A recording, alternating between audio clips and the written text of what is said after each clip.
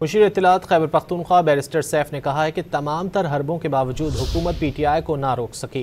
मुशीर इत्तलात खैबर पख्तूनख्वा ने दावा किया है कि लाहौर के शहरियों ने हुकूमत को उनका असल चेहरा दिखा दिया। कौम ने एक बार फिर वाज़ेह किया कि उनका सियासी मुस्तकबिल सिर्फ फॉर्म 47 से जुड़ा है। PTI क़यादत और अवाम अब बानी की दूसरी कॉल के मुंतज़िर हैं। मुशीर इत्तलात खैबर पख्तूनख्वा बैरिस्टर सैफ ने कहा है कि तमाम तर हरबों के बावजूद हुकूमत PTI को ना रोक सकी।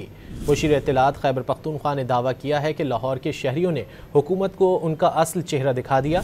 कौम ने एक बार फिर वाज़ेह किया कि उनका सियासी मुस्तकबिल सिर्फ फॉर्म 47 से जुड़ा है। PTI क़यादत और अवाम अब बानी की दूसरी कॉल के मुंतज़िर हैं। मुशीर इत्तलात खैबर पख्तूनख्वा बैरिस्टर सैफ ने कहा है कि तमाम तर हरबों के बावजूद हुकूमत PTI को ना रोक सकी।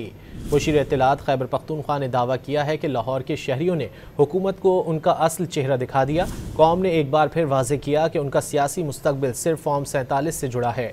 PTI क़यादत और अवाम अब बानी की दूसरी कॉल के मुंतज़िर हैं।